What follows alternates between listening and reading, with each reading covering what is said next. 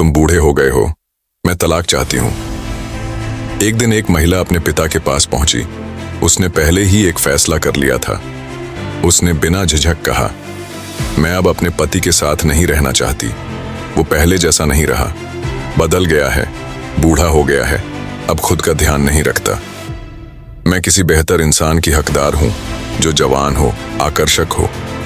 पिता ने सब कुछ शांति से सुना और कहा, ठीक है बेटी, कल मैं तुम्हारे घर चलूंगा।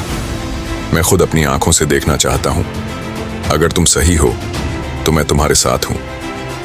अगले दिन पिता दंपत्ति के घर पहुंचे। उन्होंने देखा कि पति घर के छोटे मोटे काम कर रहा था, बच्चों के साथ खेल रहा था, मुस्कुरा रहा था, भले ही थका हुआ था। दिन के अंत में पिता बिना कुछ कहे वहां से चले गए।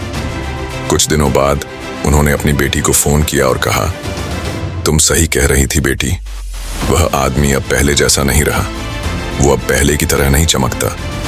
लेकिन मैंने तुम्हारे लिए एक परफेक्ट इंसान खोजा है। वह रोम नाम की जगह पर रहता है। रोम? वह कहाँ है? बेटी ने हैरानी से पूछा। पिता मुस्कुराए और बोले, रोम उल्टा करो तो बनता है मोर, यानी प्यार। जिस इंसान को तुम ढूंढ रही हो वो तो पहले से तुम्हारे साथ है, लेकिन तुमने उसे देखना बंद कर दिया। वही इंसान जो तुम्हारे साथ तब था जब तुम्हारे पास कुछ भी नहीं था। वही जिसने अपनी जिंदगी की प्राथमिकताएं बदली ताकि तुम्हारे और बच्चों का ख्याल रख सके। उसने इसलिए नहीं छोड़ा खुद को, बल्कि इसलिए थक गया क्योंकि उसने तुम्हारे लिए सब कुछ दिया। उसकी चमक नहीं गई, बल्कि तुम्हारी नजर से उसका प्यार चला गया। जब हम दिल से देखना छोड़ देते हैं तो सब कुछ बदसूरत लगने लगता है।